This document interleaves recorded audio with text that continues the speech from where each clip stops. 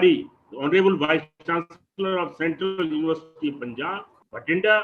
Then we have got Professor Sangeeta Khurana. She is an eminent professor dealing with international trade policy, and she is an expert based at UK. Professor Charan Singh, also an expert on monetary policy and banking. He is a non-executive chairperson of Punjab and Sindh Bank.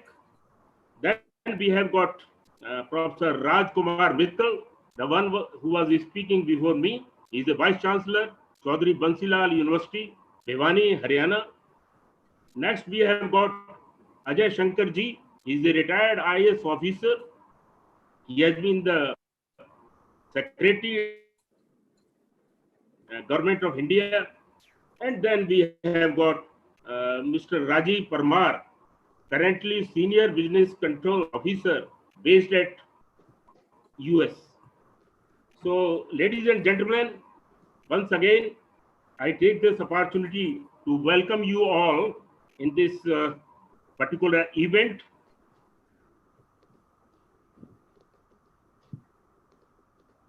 Which is being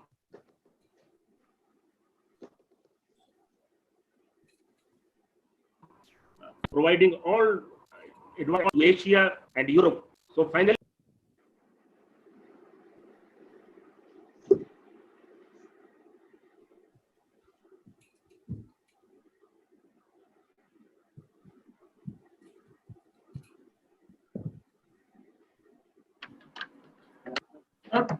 Yadav ji, you are not visible. Voice is not audible. thank you, sir. Thank you, Professor P.K. Yadav ji. Now we start with this international webinar, and this webinar is has been conceptualized and envisioned by Professor Bhagwati Prakash Sharma ji, the Honorable Vice Chancellor of Gautam Buddha University, Greater Noida, who is a great thinker, academician, and expert on global trade, investment, technology, socio-economic issues confronting the development process. And or the details of the biodata of all the eminent speakers have already been circulated. So without going into the further detail, I request Honorable Professor Bhagwati Prakash Sharma ji to speak on the presumptive analysis of the theme. Sir, please. Thank you, Professor R.K. Mittal. Esteemed galaxy of luminaries representing industry, commerce, academia, professionals, policymakers, and almost from 14 countries representing all the continents. And this webinar on redesigning global financial architecture has invoked immense interest among people of different walks of life. And indeed, we have been experiencing unprecedented contraction in the economies of the nations, job losses, income losses, loss of revenue to the public exchequer. And I think this pandemic has just facilitated reverse globalization, where every country is trying to develop homegrown manufacturing capabilities, develop homegrown technologies, and generate maximum employment and attain best of the recovery in the post-COVID arena. Just a little earlier, Rajkumarji was referring about the economic disparities. In 1820, the difference between the country per capita income of the world, between the countries having highest per capita income and lowest per capita income, was not more than 1:3, and today it is 1:400. And therefore, when we talk of balanced recovery, so we have to think of a new global financial architecture. The present day global financial architecture started taking shape in 1940s, when in 1944, 43 countries came together at Bretton Woods and formed IMF and World Bank. Then we have seen GATT, then GATT has been transformed into WTO in 1995.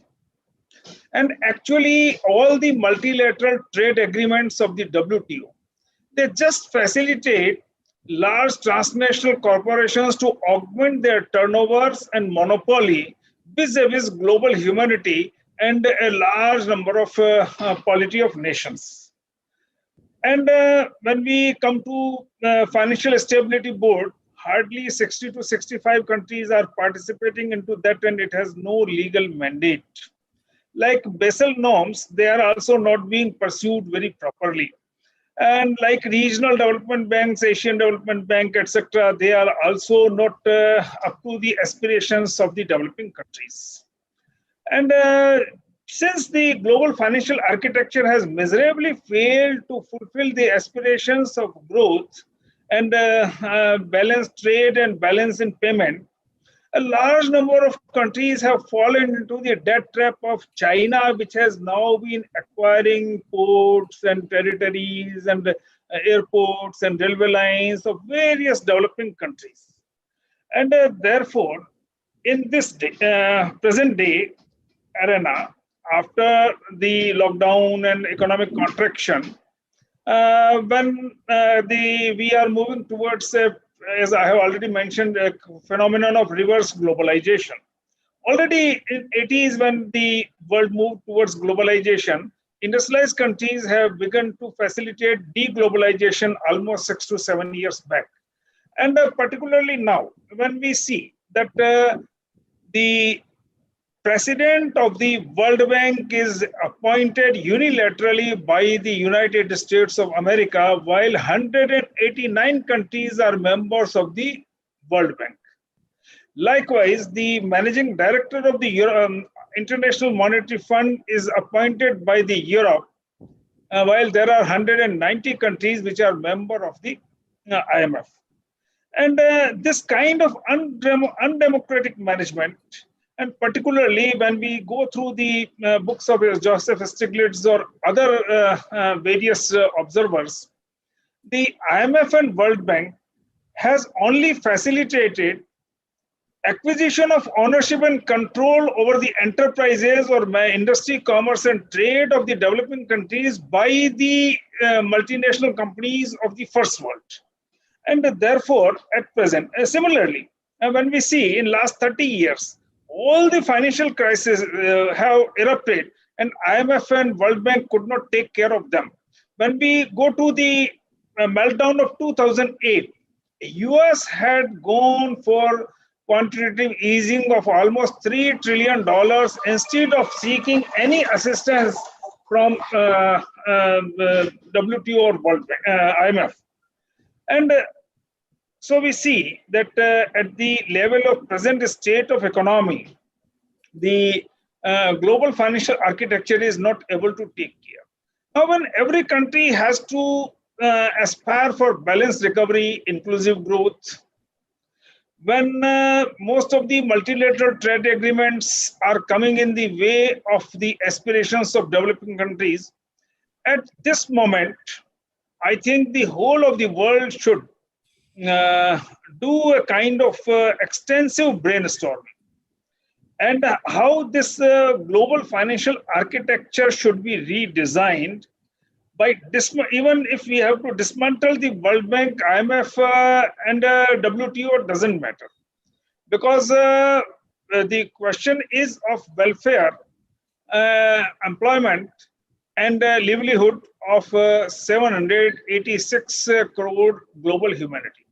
So how the global financial architecture can fulfill the needs of employment generation of every country, needs of enhancing manufacturing in every country, needs of augmenting public revenue of every government of the world, and how can we ensure inclusive growth for the entire 7.86 billion global humanity.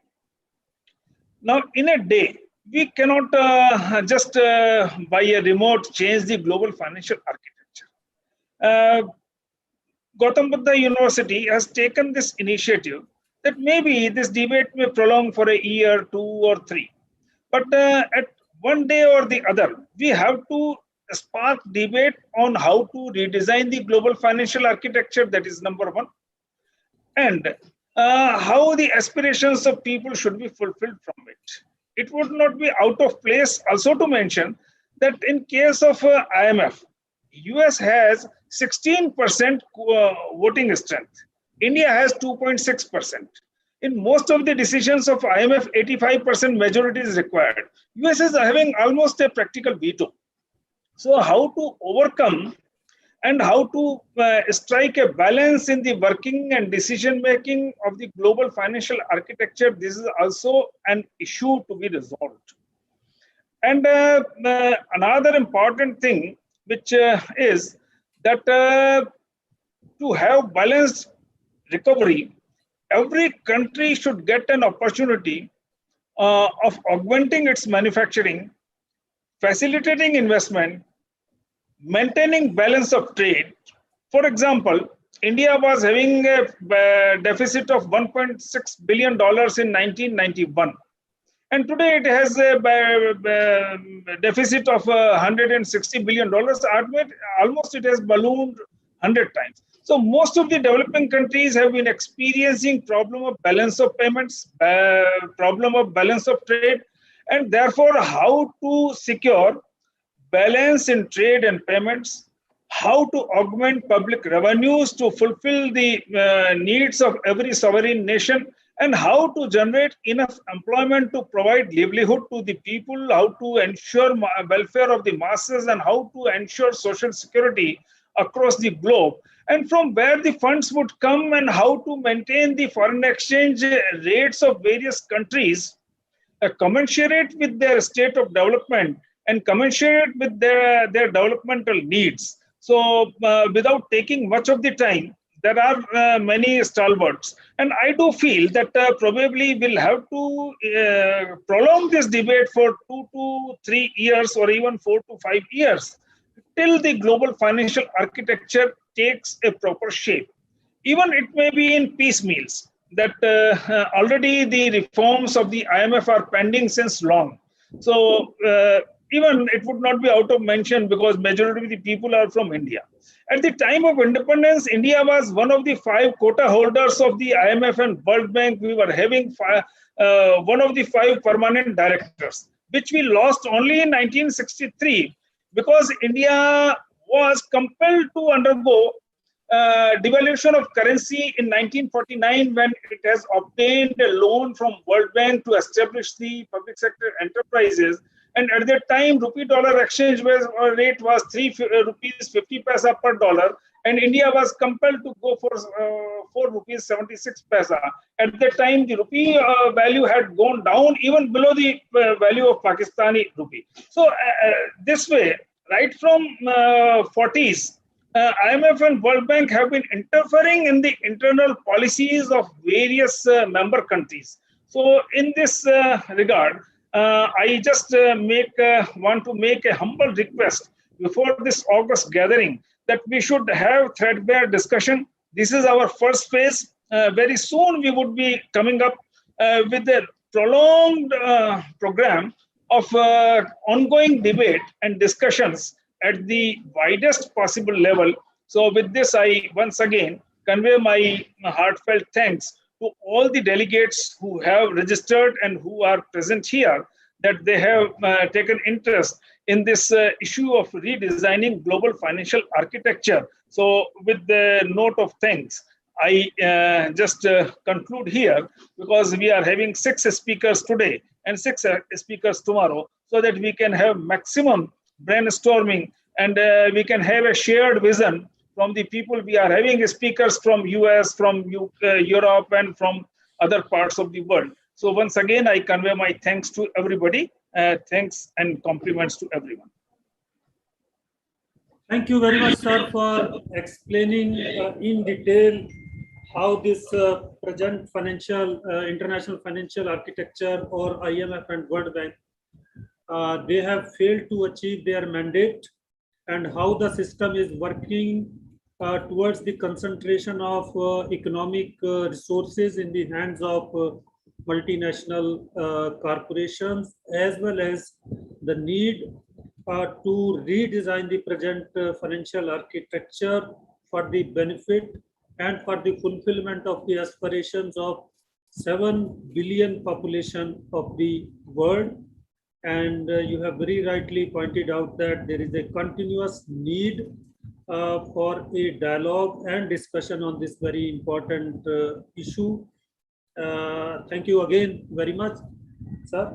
And now we start with the eminent lectures in this series. First of all, I invite Professor Sangeeta Khurana, who is an international trade expert on WTO issues and free trade agreements. She has vast experience of more than 25 years in academia, as well as in the as a civil servant in the government of India. She has been the expert in the various important committees advising Department of International Trade UK, PSD Chamber of Commerce and Industry India, Global Trade Professional Alliance of Australia, and she has been holding the board level positions of Institute of Export and International Trade, London, and Satin Credit Care Limited, Vietnam and Caribbean. She is fluent in English as well as so many Indian languages. With this, I welcome Professor Sangeeta Khurana and request her for her talk on this very important topic. Professor Sangeeta Khurana, please.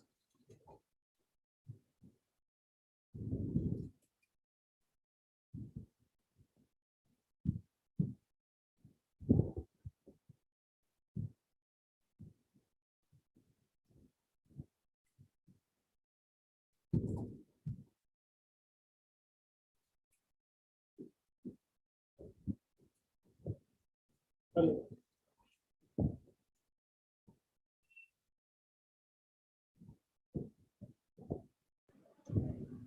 I hope. Admin, please unmute her if you have not unmuted her. Arvind ji. Or if the madam Yes, has to unmute yes, herself, then I think she should do it. Admin, please advise her. Yes, done. They have unmuted me. Thank you so much.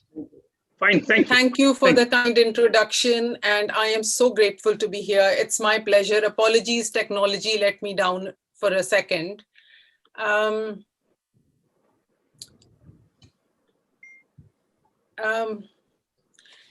Many thanks really to the Honorable Vice Chancellors and for this invitation to speak at this forum. It's my absolute pleasure to be able to be the first speaker to actually set the tone for this discussion.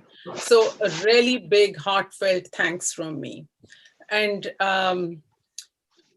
Professor Mittal, thank you so much for the kind introduction. I'm really humbled and honored, and it's my pleasure again. So let's start off. I'll just take around 10 minutes. And what I am talking is essentially from all the research that I have been doing. To place the work into context, I have done quite a bit of research along with the Commonwealth Secretariat. I have also done work for other institutions. I have written a few papers on COVID. So my research essentially is being highlighted here. And I thought I'll talk a little bit about trade. So as the Honorable Vice Chancellor alluded to, the COVID-19 pandemic actually provoked the steepest fall in global trade that we have on record. And the pandemic basically affected trade flows through both the demand and the supply channels.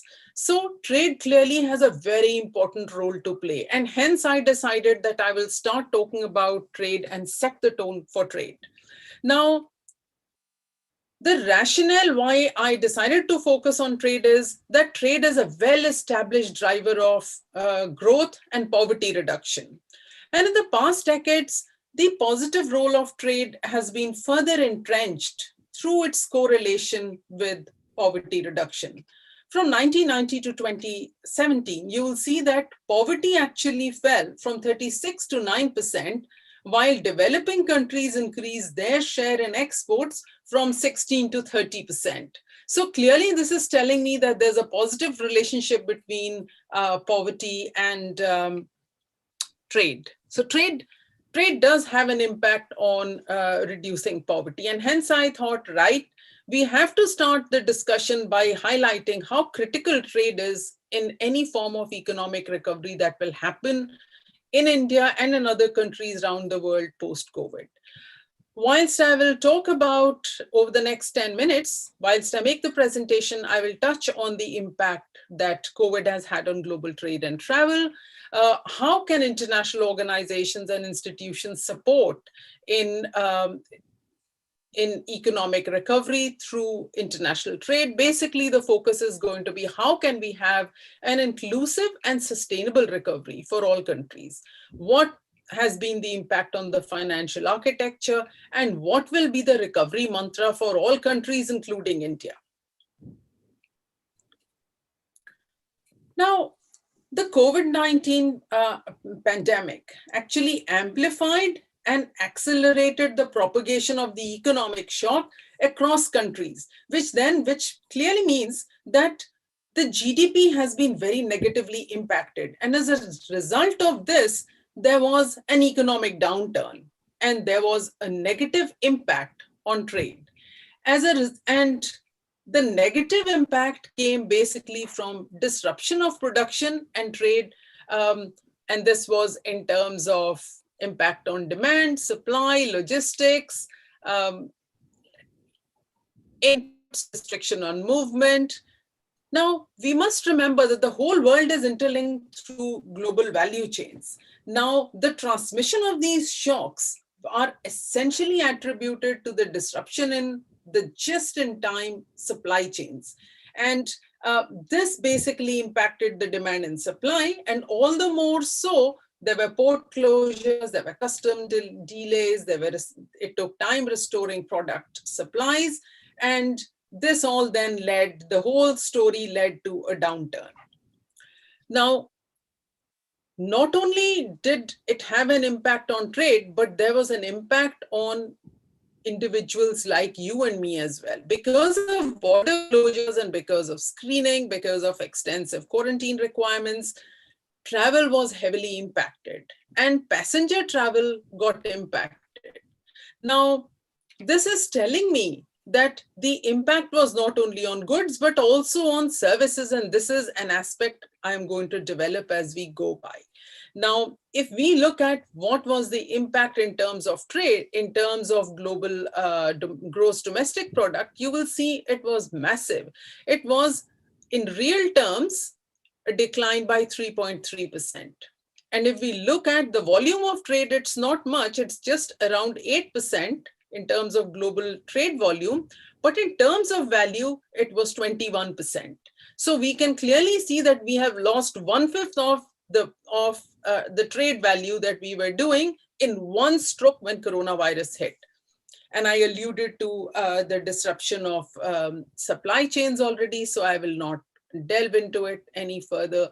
Now, we must remember that some regions were more negatively impacted, all were negatively impacted, but some were hit more than the others. Now, there were several reasons actually why some regions and some countries were more impacted than the others. And this basically depended on the severity of the infection, the time when the wave hit. And there are detailed databases that have been put together by Oxford University, which we actually used for all this research. Now, in sectoral term, we see that trade fell. And trade, it was not only trade declining, but also fuel prices for the first time went into negative territory. It was oil prices for the first time in our lives we saw going into negative territory. Now, we must remember that least developed countries, low income countries were the ones that actually were the hardest hit when trade declined. And preliminary figures suggest that their losses were as much as 55% in the second quarter of 2020. It was nearly double than the rest of the world. So this is telling me that some countries lost more compared to the others. Now, if we look at trade, if we look at travel services, we see that they are also down by nearly 2/3. And we do not expect this to recover until the pandemic wanes. However, it's not that all sectors were losers. There were some that were winners as well, because we know trade creates losers and winners. And the winners here were the sectors which were heavy in technology. And as you will see here, the internet-based services became much more, their stock prices went up, and these were used much more. And today is an example that we are all interacting on Zoom. Now, let's talk about the role of international institutions, which is what is the focus of this talk. Now, I have broken it up into 5 different segments. First, I will talk about governments worldwide pumped in a lot of money. They initiated measures to support the economies, and measures, some of them were also labeled as protectionist. Some were for businesses, others were in terms of export controls. But let's look at what did India do. The Indian government came up with a massive stimulus of around 24 billion US. And then there was an additional MSME support, which is equal to 750 billion Indian rupees. So clearly all governments, including India, did a lot for the businesses to keep them afloat, because we saw all of a sudden employment was being wiped out completely. Now, when it comes to employment, the International Labour Organization says that nearly 250 million jobs have actually already been lost. In addition to this, it's important to remember that the pandemic is leading to higher inequality, not only in terms of job losses, but also in terms of gender roles within households and societies. So the loss of jobs has been particularly acute for women, who make up a large share of workers in tourism and informal sector. The third institution I would like to briefly touch upon is the International Monetary Fund.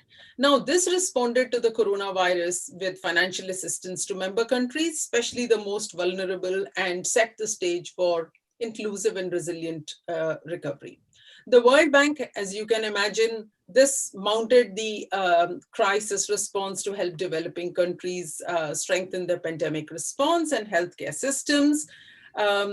In June 2021, 160 billion was made available by the World Bank, including 50 billion of IDA resources on grants and on highly concessional terms. So this is all telling me everyone came together to fight this crisis. Now, my talk is essentially focusing more on trade. So I cannot go away without talking about the World Trade Organization. Clearly, the World Trade Organization, which is the WTO, has a major role to play to strengthen a global trade agenda that delivers for the poor. It will be important that multilateral trading system increases its effectiveness in the context of rising protectionism. We know that is the flavor of the year so far. So this is where the WTO has to play a very important role. Now, we know that that trade has a critical role in economic recovery. Let's talk about what has been happening over the year. We know that since the pandemic broke out, the WTO recorded as many as 109 pandemic-related export restrictions on medical or food products. And these were nearly 90 WTO members and observers. The export restrictions have since dropped to 51, but still 62 countries are still active in imposing these restrictions. So we are moving in the right direction, but it is not enough. It is critical more than ever that WTO members actually roll back the export restrictions and supply chain restrictions. So removing trade barriers, eliminating export restrictions, and eliminating supply chain obstacles is actually very important, because this will support the global vaccination effort and then lead to economic recovery, because there is no way out of this pandemic without the vaccine. One last point I would like to mention here about WTO is the important work that is ongoing with regards to the TRIPS waiver, which would actually suspend IP protection for products and technologies, including vaccines, which will help us to fight against COVID by just making more vaccines available and equitable, the distribution of it equitable. Now, very quickly, the second last slide, and I will touch on what has been the impact on the international financial architecture. The COVID-19 pandemic actually has impacted the stability of the international financial architecture while exacerbating existing issues within the global financial system. So, on the one hand, it has pushed public debt levels around the world to a historic high. To give you some numbers, in the G7 advanced economies, the debt to GDP ratio will reach 138% in 2021. In emerging Asian markets, this ratio will get to almost 72%. But if we compare this with Latin America, it is 75%. And in the Caribbean and Sub-Saharan Africa, it is just 56%. Why? Because it depends on how much money has been pumped in by the governments into the economy to keep the businesses, to help the businesses to survive. So this means the high public debt levels, which are at an all-time high, these will mean significant pressures, especially on the developed world, but also on the developing and middle income countries, because they are already at the risk of high debt distress. So this then takes me to the last point, that policy support is really very important to protect economic recovery. And how can this be done? This can be done by continuing policy support, which remains important, by putting a range of policy measures in place which are needed to address the vulnerabilities of businesses and economies and to protect recovery.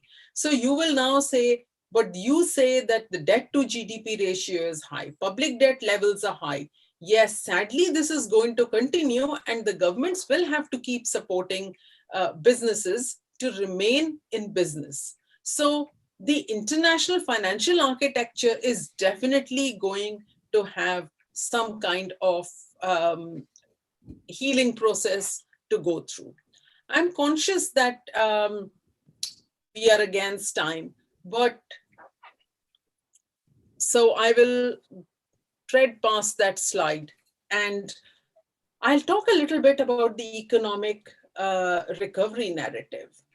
And the more I speak to international institutions in the EU, in DC, the more I realize is the narrative is all very similar. All multilateral institutions, all international organizations are now focusing heavily on recovery. And the narrative that is coming out is it should be green recovery, it should be sustainable recovery, and the growth has to be inclusive. And it is really very important for the growth to be inclusive, because the pandemic has actually increased inequalities. What we were trying to bridge has become further apart. And we have also realized that our supply chains are not resilient. So resilience has to be brought in.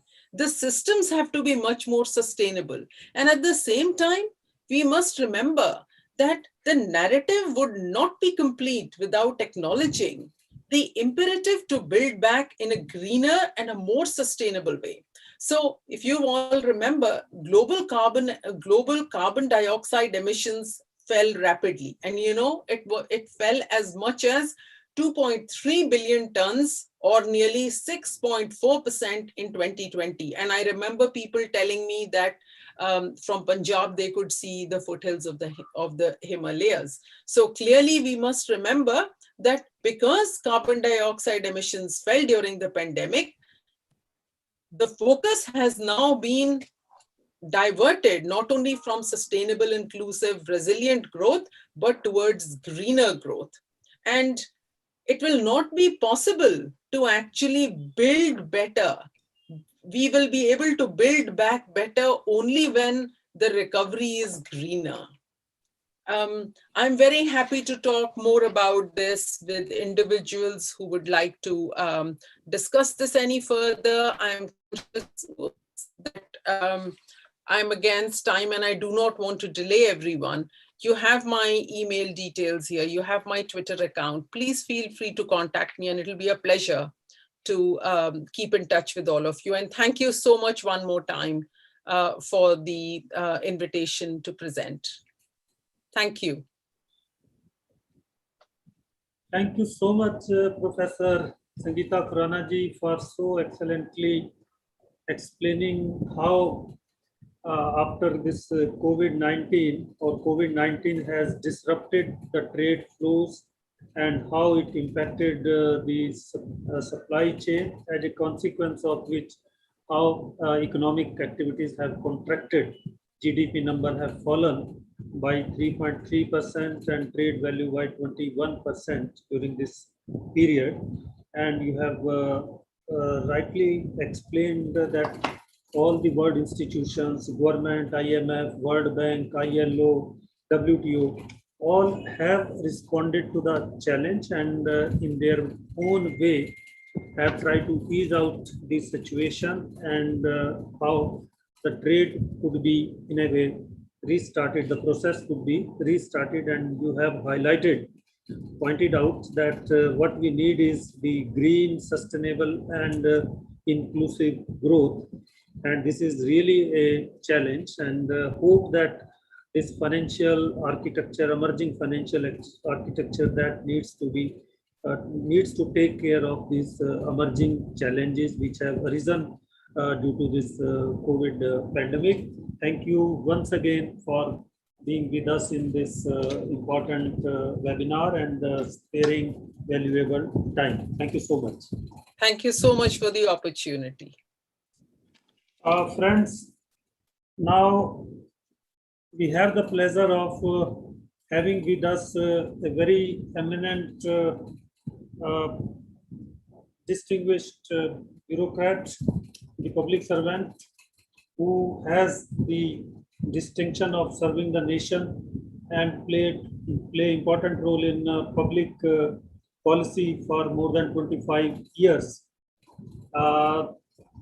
Shri Ajay Shankar ji, I welcome Shri Ajay Shankar ji, who has been the Secretary to the Department of Industrial Policy and Promotion in Government of India and played key role in this promotion of foreign direct investment, investment promotion, ease of doing business and intellectual property rights. He has been instrumental and in fact the leader in giving shape to Delhi-Mumbai corridor project in India. Sir has been the chairman of National Productivity Council and Quality Council of India, as well as the member secretary of National Manufacturing Competitiveness Council, which played key role in laying down the parameters for promoting manufacturing sector in India. Sir has played a key role, has been instrumental in rural electrification process, which has taken shape in recent years and made much progress. Shri Ajay Shankarji has been actively associated as an academician in public on public policy issues with research centers of Woodrow Wilson Center, DC, Washington, as well as on energy and environmental issues at TERI in Delhi. So with this brief introduction, I welcome Shri Ajay Shankarji for his talk on this very important topic. We welcome you, sir, and request Thank you you. to Thank you for giving me initiate the the discussion. thank you for giving me the privilege of sharing my thoughts with you today. I would be inclined to encourage our participants in this webinar to look at the issue from a slightly longer historical perspective, number one. And number two, in terms of the political dimension. Because 120, 30 years back, the phrase political economy used to be quite fashionable. Then economics evolved as separate different discipline, politics evolved separately, international relations evolved separately. But if we look at the prevailing international financial architecture, which is the IMF and the World Bank, they were created just before World War II ended. And they were created to give the global economy a degree of stability, which the eminent thinkers of that time and policymakers felt was essential, and the failure to provide for this stability between the interwar period, between World War I and World War II, they thought was one of the causes of World War II. So again, a little bit of what happened after World War I is useful.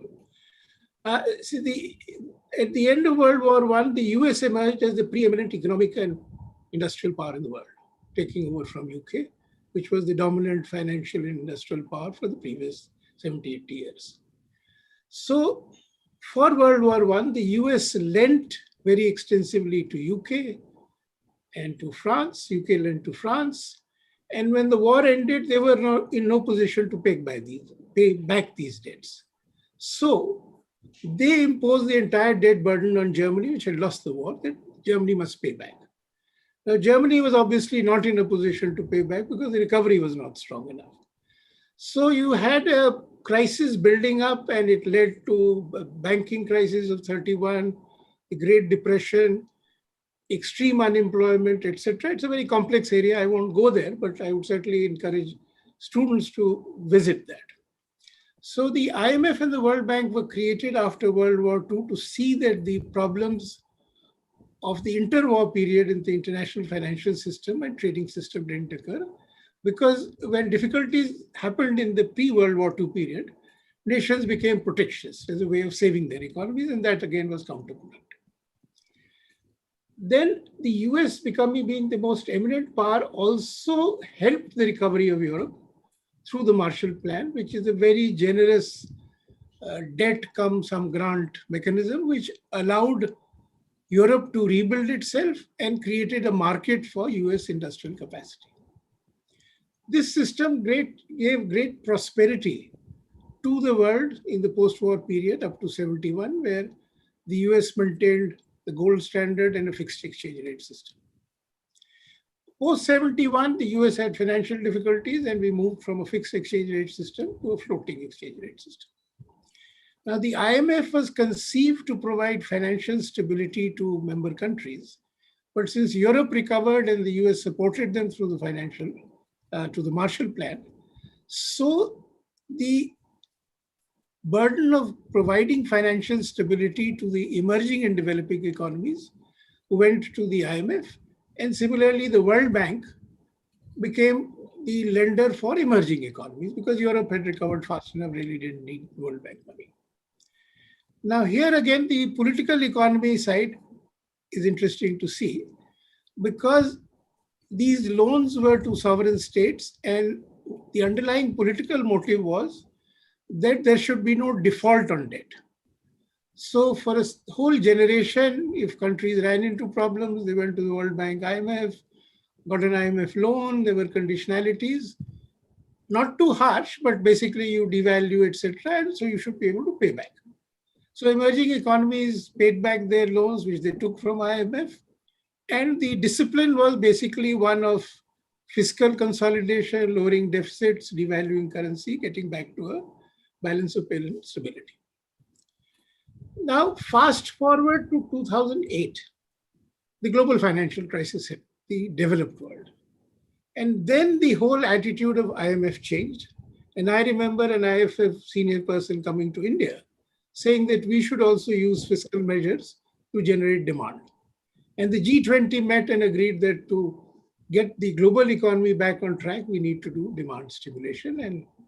And so the IMF changed course in a very substantial way in 2008. Now, when COVID has happened, the IMF's consistent advice or policy view has been that you must have a demand stimulus, a fiscal stimulus, because the economies are hurting very badly. And if you look at the developed countries, I mean, the stimulus numbers are just huge, as the last speaker pointed out in her slides. So the kind of stimulus, fiscal and monetary, which the developed economies have given is unprecedented in I think, almost 100 years or more. And the results are there to see. So the US economy has begun to recover very fast.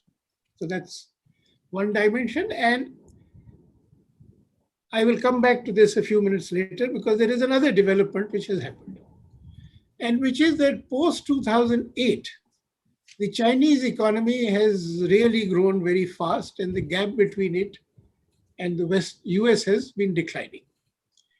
And the Chinese have been successful the way US was successful once upon a time. So they're the factory of the world, they run capital account surpluses, and they have a lot of capital reserves. So they are looking at creating a different financial architecture where their economy and their currency becomes more central. So if you look back in 2014, the BRICS agreed, we were a part there, agreed on creating a currency stability contingency reserve.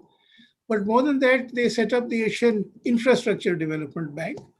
And thereafter, they have moved very aggressively with this One Belt, One Road initiative and a very liberal flow of credit to emerging economies of developing countries for investment.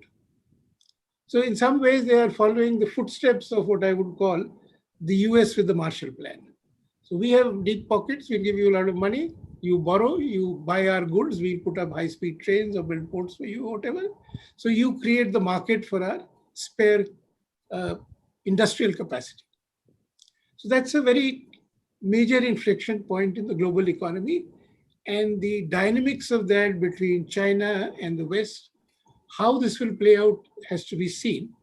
And in this COVID period, we are seeing that the US and the West have felt that business as usual is probably not in their national or collective interest. And so the relationship with China on the economic side, which was, quite adversarial with tariffs, etc., under President Trump, is now getting into a competitive mode, but in a more systematic manner. So if we look at the US, it's putting in money, lots of money in developing new technologies and having their own 5G systems, keeping the Chinese out in critical areas. So there is this political interplay, and this will also play itself out in the global financial system. Now, we are today not a very major player in the global economy. We have to recognize that.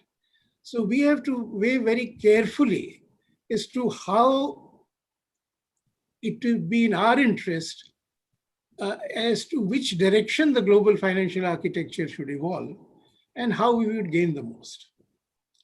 Because clearly, and the Chinese, if we look at Chinese, they've been very good even with India. So they were able to sell us roughly, I think, about 200 lakh crores or so, 50,000 megawatts of power plant equipment in the last 15 years, and a lot of it backed by Chinese debt. So the Indian private firms went to Chinese power plant equipment manufacturers, borrowed Chinese money, brought the plant and invested in India. So the Chinese are offering that kind of debt. Now the G7 have realized this challenge and are trying to put together larger financing mechanisms for emerging markets as a counter. Because in the Reagan-Thatcher period of political economy or of full play for free market forces, the West did not believe in augmenting development finance, giving long-term debt, or in increasing the lending capacity of the World Bank for infrastructure development in the emerging economies. So you look at our own experience, we've gone to the Japanese for high-speed train or the freight corridor because they gave us long-term 40-year debt. So the West is waking up to that need and is trying to put it together. And because of the need for a sustainable green development, there is a growing movement there that we must provide enough finance for a green economy stimulus and a green economy transition. So we have this interplay of two, I think, political economic forces, and which way the world economy will go and the world polity will go is difficult to foresee, but I think we need to recognize all the complicated dimensions. I will now come to the concluding part of my comments. So I would say that India is strong enough, though no, we are a major player, so we can navigate our needs intelligently on our own. We are not vulnerable. But if we look at the rest of the developing countries, then clearly the first need and the first demand on the international system should be to provide the financing for 100% vaccination at the earliest. So financing as well as physical supply, because the pandemic spares no one. It doesn't recognize national borders. So it is in the interest of every advanced country to see that in the developing economies, 100% vaccination takes place. The second would be immediately thereafter to see that there is a, what in Indian economic analysis, we're also calling the K-shaped recovery. So globally that is happening. The US is growing very fast, China is growing fast, and the emerging economies are still reeling. And we really don't know when their growth will take place. Similarly, within societies, inequalities have grown. So to address both these, a liberal flow of finances from the wealthy nations, which now have excess money in their markets, to the emerging economies to take care of development needs, transition to a green economy, addressing inequality, creating infrastructure, etc., etc.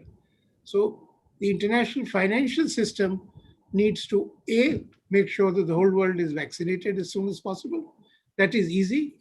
The next part is more complicated, and we go through a lot of complicated interplay of political and other forces as to whether the West will put in enough money to appear as a counter to China for financing infrastructure in the developing countries.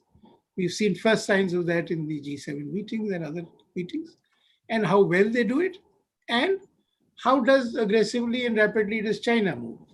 From the point of view of the emerging economies, the flow of concessional finance of the kind which went through the Marshall Plan to Europe for recovery has been a need and demand since decades, but met more in promise and rhetoric and not in reality.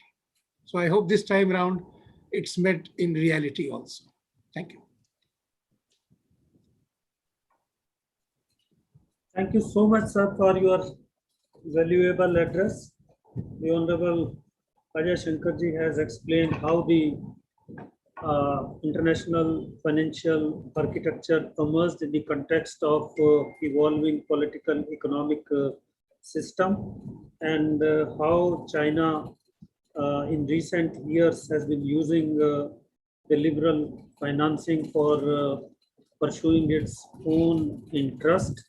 And the challenge is how the Western countries, they respond to the situation emerged after this COVID-19, especially the need for financing the vaccination, 100% vaccination in developing countries, how to fund the growth process, which is more greener, sustainable, and equitable, and addresses the you can say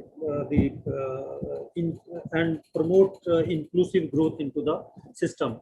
So thank you very much, sir, for sparing your valuable time and addressing the participant and giving valuable insight about this very important topic. Thank you, sir. Thank you. Friends, today we are fortunate enough to have amidst us the gracious presence of Professor Charan Singh ji. who is an eminent expert, economist, uh, especially on monetary policy and banking, international trade and economic reforms.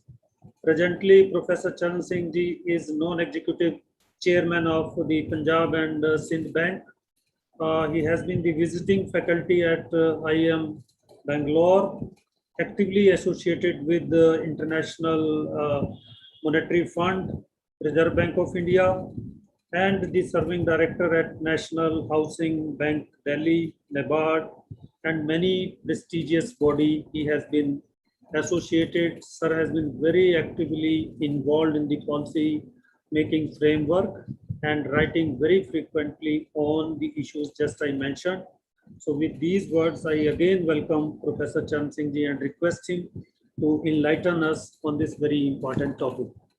Professor Charan Singh Ji. First of all, I would like to thank the Vice Chancellor for inviting me and making me a part of this important deliberation.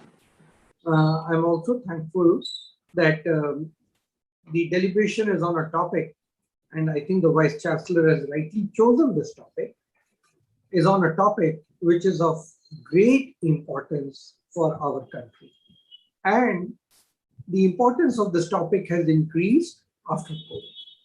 So let me just share some thoughts with you. After COVID, things are becoming very apparent. Income inequalities have started increasing. They were already increasing rapidly between advanced and emerging countries, and now they have widened further. Advanced countries had resources and resilience to handle the pandemic. Emerging countries and low-income countries did. So they are suffering. The suffering is in terms of unemployment and people below the poverty line. A country like India, which is continent size and had already been fighting poverty for many years after independence, this was apparent that the income inequalities within the country will widen after COVID. That means the recovery will be a bigger challenge to the pre-COVID trajectory of growth because poverty and unemployment would have increased in a country like ours. The fault lines have become so clear. In its own paper, the IMF brings out very surprising facts. In a country where population is about 33 crore, America, the vaccines that they have cornered are 100 crore. What does it indicate? The advanced countries are self-centered. In Britain, when the issue of vaccines in India came up, we all know what happened to that specific company that was operating from India, and the entrepreneur left for London.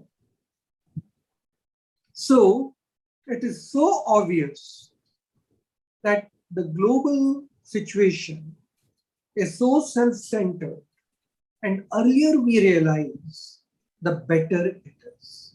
Gandhiji, who had traveled across the globe, when he said, I want to make the village self-sufficient, he meant something. I have realized after my own travels and working in international institutions and studying abroad, staying abroad for 10 years, the world is self-centered. India will have to learn to be self-centered. India comes first, Indians come first, and that should be our motto. In COVID, the realization is so clear. Even if one country is not vaccinated, the whole planet cannot be safe. And despite this, cornering 3 times more the supply of vaccines, what does it convey to you? And what does it convey to the world policymakers and the international institutions, multilateral institutions like the United Nations, World Bank, and the IMF? What does it convey?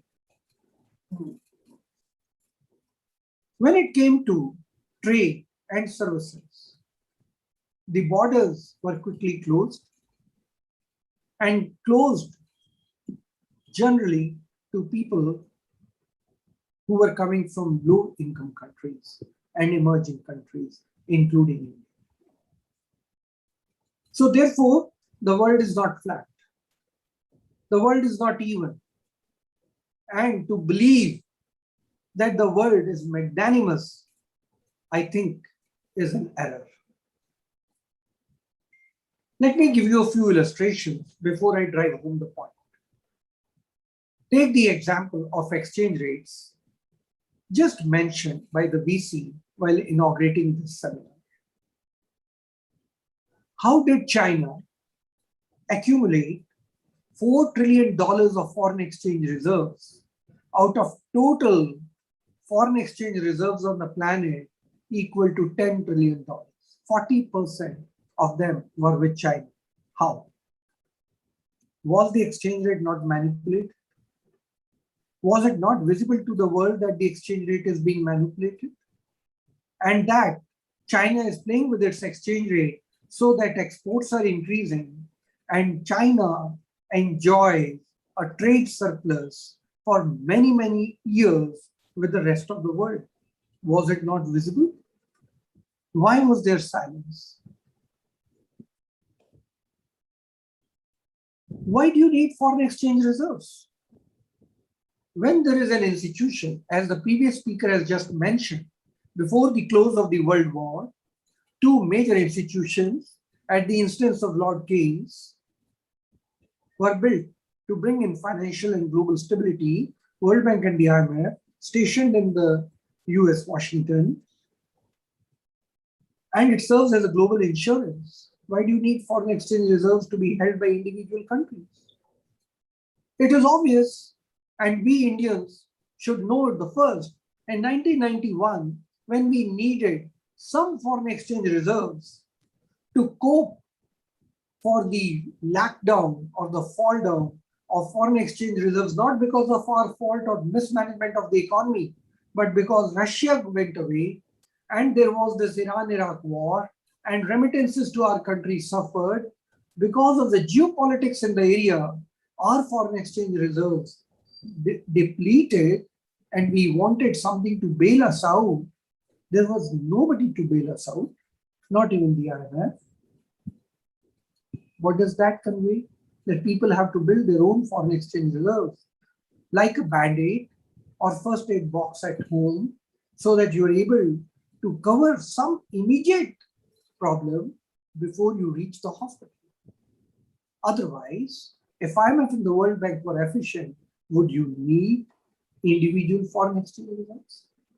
Look at the line of credit which Korea needed, or Russia maintaining $550 billion of reserves for a very long time. Or look at the 1997-98 Asian crisis. So the point I'm trying to make again is the aid, the assistance, the help, the line of credit is only extended to countries which are ready to follow the dictates of certain other advanced countries. The world is not flat. Now, the most interesting thing that I'm going to share with you is economic research. Capital controls, we all know how necessary they were for India, and we all know how tooth and nail we were prescribed to just go for capital account convertibility. So much so that we had to have two capital account convertibility reports chaired by the Deputy Governor of the RBI and the Governor of the RBI delivering speeches after speeches that capital controls are important for a country like India. Otherwise, it will become a challenge for the domestic industry, including banking industry. The other illustration is far more interesting: inflation targeting. In a country like India, which is very young, about 66 crore people, double the population of whole of America, are below the age of 30, and we are talking of inflation targeting. Do you realize that inflation targeting compromises on economic growth and employment? And by imposing inflation targeting on India, Are we not keeping our youth unemployed? Or are we not ensuring that we stay below the poverty line and then take support and help from those advanced countries? We don't have good economic research to bring in the demographic factors and say inflation targeting is not meant for a country like India. It may be good for a country like Japan, may be good for European countries, but for a country which is so young, where employment is far more important, otherwise it can lead to social issues, crimes. We need growth, and only focus on growth. I'm not talking that inflation can go to 30%. It never went, it'll never be. But do we need a 2 to 3% inflation target as is needed in Japan or UK? Somebody has to think about it. But there's no research to support my own hypothesis. Finally, I want to talk about Basel norms. The more I read about Basel norms and its implementation in India, the more irritated I become. There are banks in our country which have no branch abroad. Should they follow Basel norms? Why were Basel norms imposed and by whom? A country like India, which has 11 banks more than 100 years old. 100 years old mean there was no IMF, there was no World Bank, there was no Basel. 100 years old mean at that time there was no Banking Regulation Act. The world was before the world was, and our Indian banks survived all that. 11 of them, not one of them. The Fed Reserve came into existence in 1914. Why? Because banks in the American country were not able to survive more than 5 to 10 years. 11 banks in this country, single country, have survived more than 100 years. State Bank of India, nearly 200 years. So therefore, Basel norms, minted, created, thought through by those countries where banks don't survive even 25 years, are being imposed on a country where banks survived on their own for more than 100 years. The Banking Regulation Act comes in 1949. Nationalization happens in 69 and 1918. But these banks, which are more than 100 years, have survived the Great Partition of Bengal and Punjab, the World Wars, the Depression of 1930s, and survived, flourished, and progressed very well.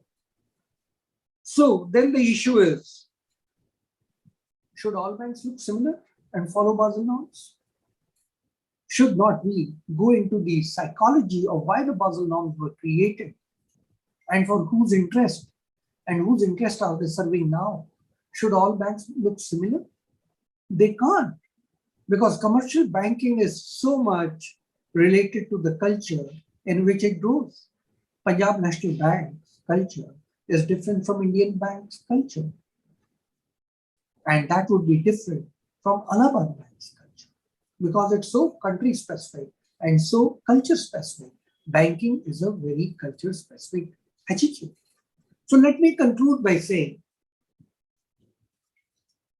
the world is not flat, income inequalities are large, the global financial architecture, at least since 1945, has not proved that it is adequate.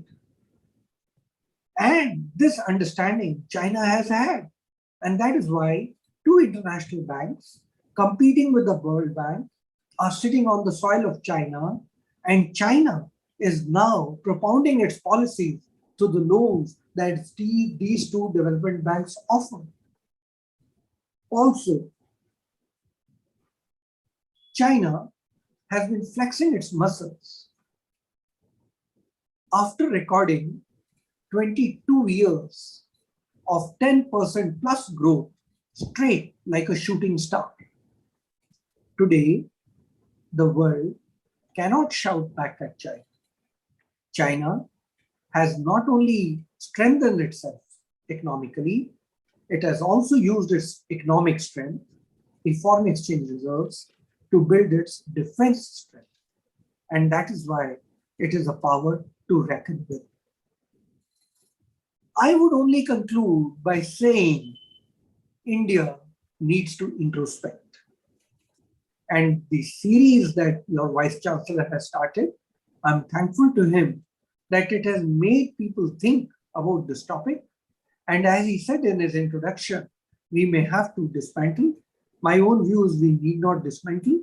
But as China did, it created two financial institutions bigger than the World Bank and thereby reduced the importance of those Washington institutions.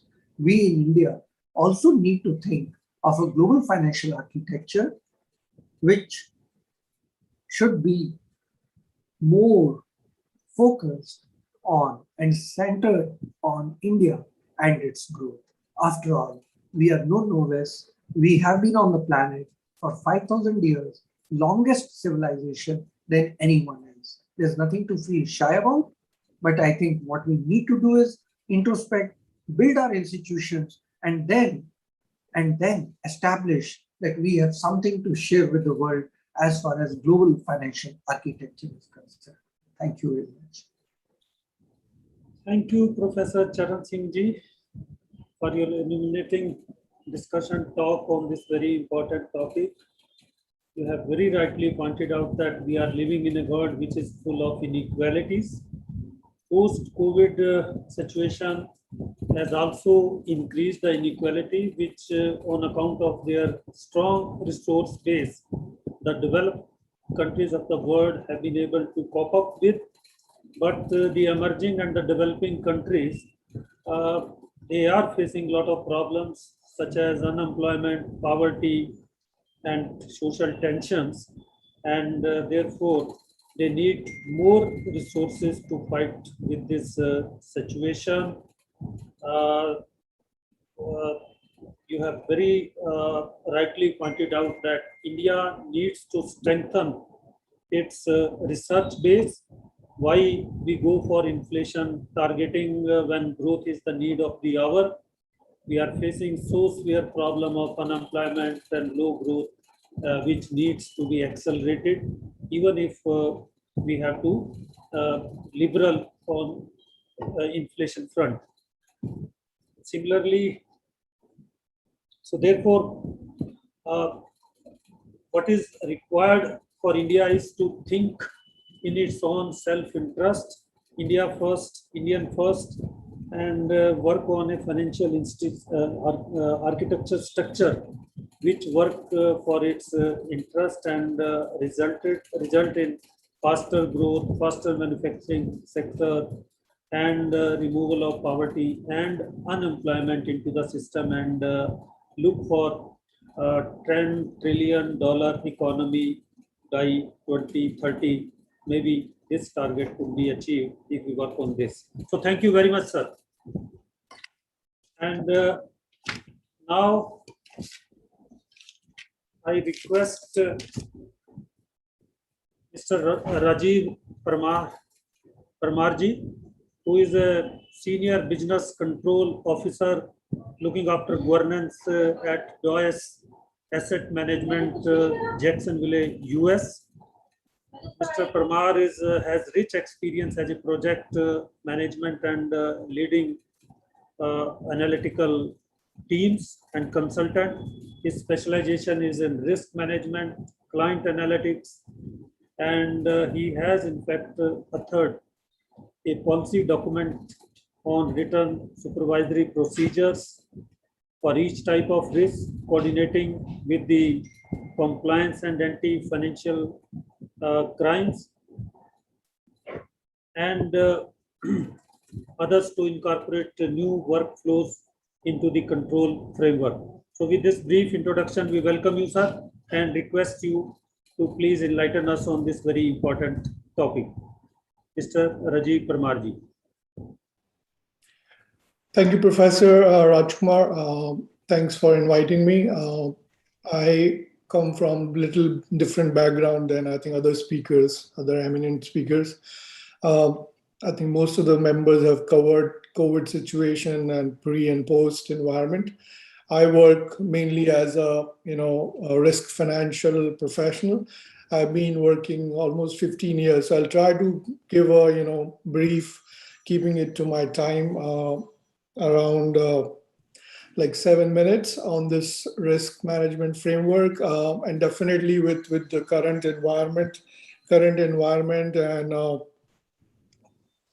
current tough environment, I would say, and COVID, we are going through. All of us are going through different times, and we need to think how we manage risk in our any work we are doing.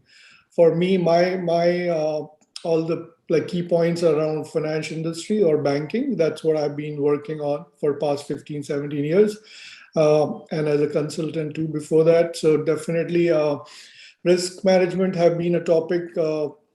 Like long back, it's nothing new. It's known to everyone, and all the speakers and all the listeners do a lot of reading around these topics.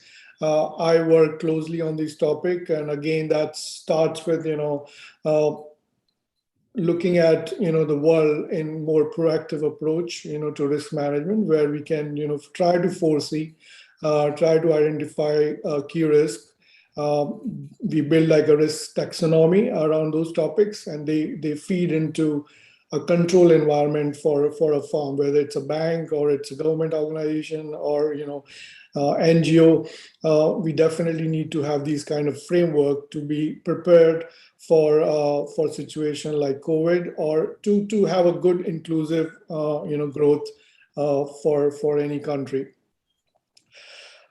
So I think the key component of risk framework is functional mapping, where we try to do set up key objectives, definitely map them to key risk type, build a key risk taxonomy, assign the stakeholders. Definitely no work is done by a single member, leading by example. And then I think, as Steve Jobs said, great things are never done by one person. We have to have a team of people.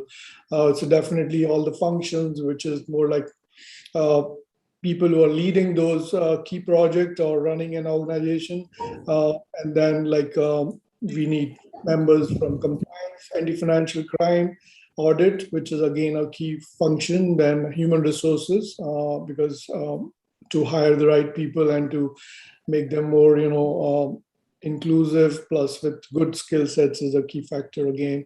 And lately, I think what we are seeing is finance is playing a leading role nowadays, with cost management being a key component for cost reduction and the growth we can see in a firm. With all these, we come with control metrics. Again, these are assigned, they are evolving, they never stay fixed.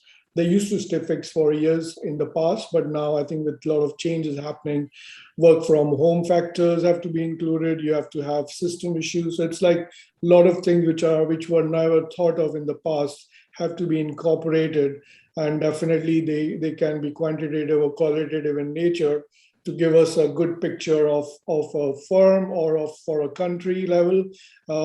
Well, definitely it's needed, to have that consolidated reporting. I would say people may be familiar with enterprise risk management approaches. It has evolved during the past few years. We talk about red flags program. We talk about tone of the top, where people are accountable for what they're doing, and it goes till the top, or CEO or a vice chancellor. All people are accountable to do their responsibilities in a very good fashion. Recent studies by Report of Nations in 2020, I think, came up they did analysis of different firms around the globe. And the key finding was that lack of internal controls is a major reason for any kind of frauds happening. And then followed by lack of management review and override of existing controls. And this is available at Association of Certified Fraud Examiners, to access. Definitely it goes detail into, each sector and each, task firm is performing. But the key factor is, I think, lack of internal controls in place. Another key component is around consolidated reporting, where which help us identify, the right health of any firm or a country, and definitely provide us with some gap analysis. And that's needed definitely for, put across another key point, which is lessons learned, remediations in place, escalatory framework. Definitely, it was never talked about much in the past, but now with regulators after us, like FCA, BaFin, and SEC, definitely we have been reached out to provide more details on the escalatory framework. So if you're running a firm or a business, definitely what are the key steps you have which will avoid, and similar to stress testing for a banking scenario, the escalatory framework will provide good details of whistleblowing kind of situations where people can speak up if they see anything wrong is going on. And with a lot of frauds happening within the banking environment for past few years, definitely there's a need for having those in place. And again, policy documentation is with a periodic review is a good way to have new workflows in place. I think in the past, we never had AFC teams sitting in a bank. Now we have them fully loaded with a lot of individuals focusing on each topic. I would say, for example, money laundering now, it's a key topic where people are trying to see the sources of income, where it's flowing from, what industry, what individuals. It's more deep dives into those topics which were not done in the past. Last key topic, again, step by step, having key operating documents or procedures in place is always helpful, and it tells us more about what we do in our work environment. And definitely, it's a good showcase for regulators to see when they knock on our doors. What this guy is doing, and it's coming down to individual level now rather than firm level, where people have to know what they do in day-to-day business and how they can solve the problems or whom to reach out in case of any issues they face which were not seen in the past. So that's, I think I would say, a key component of risk management framework.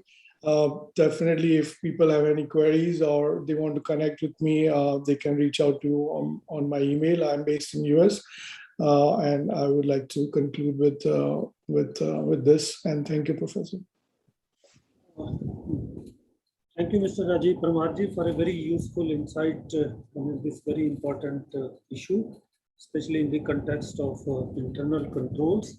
With this, we conclude today's session on this very important topic.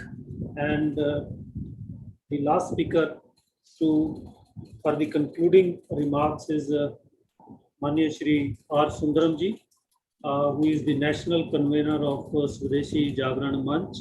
He is a noted chartered accountant practicing in Chennai, and he is a noted trade expert and expert on economic, trade, investment issues.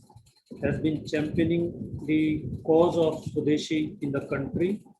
And as a result of his active involvement on Swadeshi issues, the government policies and the different issues have been so as to enable the country to have the India-centric policies at the forefront to address the issues which India is confronting. And with this small introduction, I request Shri R. Sundaramji for his concluding remarks on this very important topic.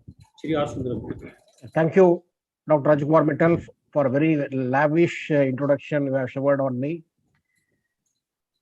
Today, redesigning global financial architecture is the need of the hour. So I compliment the organizers of this organization for choosing a very relevant topic of the day. For nearly last 1.5 hours, I have been listening to experts from different parts of the world. I am told that there are close to 1,200 participants from 14 countries and representing all the continents. This is one of the great initiatives by the organizers we have only begun our discussion and we have a long way to go. So I just want to make few remarks because 1980s are different from 1947-48. Again, 1990s are different from 1980s. 1997, we witnessed a completely different situation. 2007 also, the world has undergone a different metamorphosis. And this after 2021, we are keeping our fingers crossed. So I am just reading a book by name The Fix by Jonathan Tepperman, and where he categorically says that every country in the world is a manipulator of the foreign exchange. And we all know that who is the leader. And in this context, the international flow of capital during early 80s was around $3 to $4 trillion, which went up to $15 trillion by 2007-8, and is now back to around $4 trillion.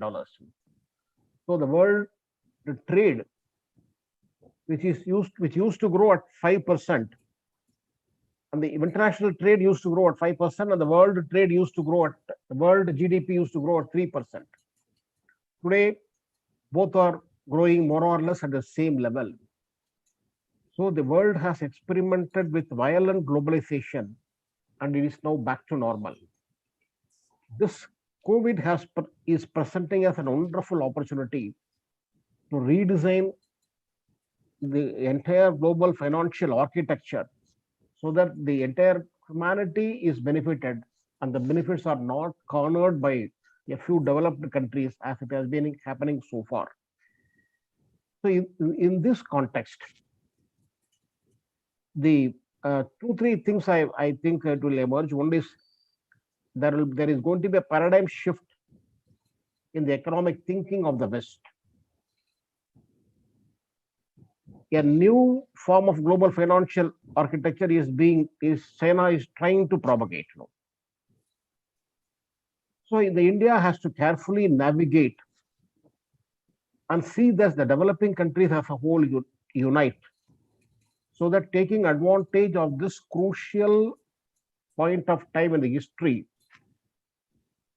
a big foundation is laid for a reasonable global architecture. So India has always played by the rule book, and now it is our responsibility to see that everybody does the same. The Charan Singh, the learned speaker, I have been listening to him, that very interesting statistics he has shown that there are banks in our country which have survived for 100 years. And there is a State Bank of India which is surviving for 200 plus years. So we have a lot to give to the world. And I think the organizers have seized the right opportunity. And I think tomorrow is going to be a little more interesting. With this, I'm extremely glad to listen to the distinguished speakers. And in my capacity as national convener of Sudhir Jagan Manch, we always promote national interest and we stand for national interest. So taking inputs from this conference, definitely my organization will take things forward in the right direction. With this, I thank you very much for giving me this opportunity to share my concluding remarks. Thank you very much, sir. Thank you, Sundaramji, for your valuable concluding remarks on this very important topic. And as a moderator of this webinar on redesigning the global financial architecture, it was a great honor and opportunity for me to moderate this. I thank the Honorable Professor Bhabhuti Prakash Sharma ji for giving me this opportunity to moderate this session. Before I request for the formal vote of thanks to Professor N.P. Malkania ji, I request Dr. Ramit Kumar Avasthi ji to introduce the team who has been engaged in this in this process of organizing this important webinar. Dr. Amit Kumar Awasthi.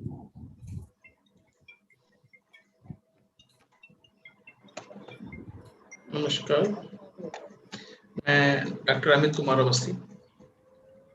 So, on behalf of the webinar chairman, I, Dr. Amit Kumar Awasthi, Head of Department of Applied Mathematics, extend sincere thanks to organizing team members for the excellent support. Unmute. It is unmuted. It is unmuted already. We are able to listen you. Yes. So the team has done an excellent job and immense efforts contributed substantially to quality of international webinar, and the effectiveness of the interchange was enhanced by professionalism displayed by them in providing video conferencing support and logistics. I take this opportunity to introduce them to the speakers and participants who are Shri R. Sundaramji from Swadeshi Jagran Manch, Shri Kashmiri Lalji, Swadeshi Jagran Manch,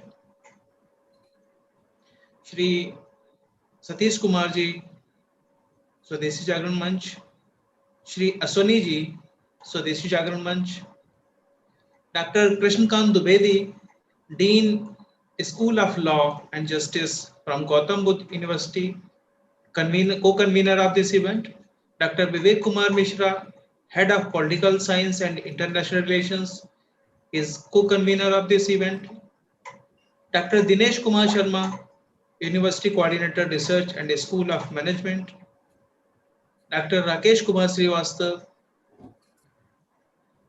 University Coordinator Admission and Assistant Professor School of Management, Dr. Ombir Singh, Assistant Professor School of Management, Dr. Rupali Srivastava, in charge Department of Economics Planning and Development, Dr. Satish Kumar Vittal, Assistant Professor School of Management, Dr. Ajay Kansal, Assistant Professor School of Management, Dr. Arvind Kumar Singh, Director International Affairs, is co-convener of this event. So these are the person who were behind this conference. The success of the event is due to above team members for your hard work and tireless work along with dedicated commitment for the success. Sir, pranams to all of you, sir. Pranams to all of you. Thank you. Now, for the formal vote of thanks, I request Professor M.P. Malkania ji. Thank you, sir. Honorable Vice Chancellor, Professor Vijay Prakash Sharma ji, respected eminent speakers, and most valued representatives of our co-hosts, namely Professor Raghavendra P. Tiwari ji, Honorable Vice Chancellor, Central University of India, Punjab, Professor Vijay Paul, Swadeshi Research Institute, Delhi, and knowledge partners, Professor Nalendra Rastogi from Harvard University, Sri Sakti Sinha, Director, AIPRIS, Dr. Natya Sundaram of Meenakshi International Research Institute of India, New Zealand, and Dr. Asif Jagawati of Hemanthu Chinchanda University, Myanmar, and registered participants. Hello, good evening, and warm welcome to this international webinar once again. Ladies and gentlemen, it is my privilege to propose the vote of thanks on this occasion. Myself, Dr. Malkania, convener of this webinar, on behalf of Gautam Buddha University and the entire organizing team, co-hosts, and knowledge partners and participants, let me call it fraternity of global financial architecture here together, and on my own behalf, extend a very hearty vote of thanks to all speakers for gracing your presence and important work, sharing with us your findings and opinions today. Finally, I would like to take this opportunity to place on record our hearty thanks to organizing team, especially for the perfect logistic support and guidance extended to all of us before and during the event. I also extend my thanks to Chairman, Convener, co-conveners of the international webinar, for their enormous cooperation in organization of this event. Sir and Madam, the wheels start rolling weeks ago. It requires planning and a bird's eye for details. We have been fortunate enough to be backed by a team of very motivated and dedicated colleagues of Gautam Buddha University who know their job and are result oriented. I cannot thank everyone enough for their involvement and their willingness to take on the completion of the task beyond their comfort zones.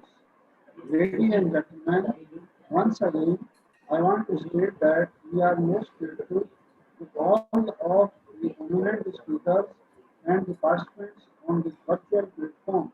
We honor you sincerely for being with us this evening. Thank you and thank you very much once again. Wish you all the best for the future activities. Thank you, Professor Malkania And ji. tomorrow the program will start at We 15 with this week. With this, we conclude the discussion of the day one. And before we close, I request you all to please rise from your seats for the national anthem. Thank you very much, sir. Thank you very much, sir.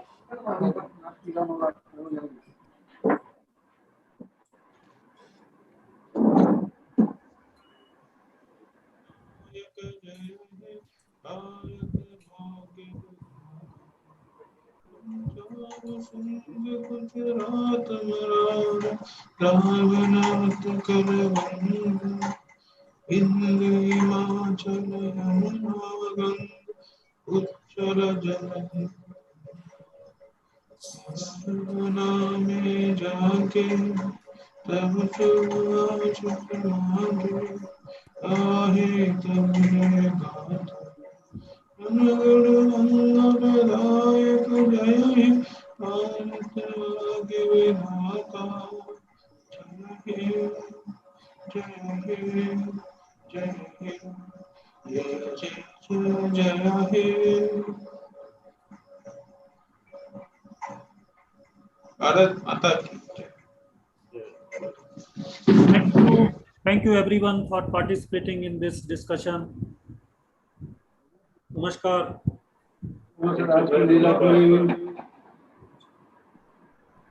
Thank you, sir. ये उत्तर साहब तीर्थंकर में vice chancellor हाँ अलग founder बैठे हैं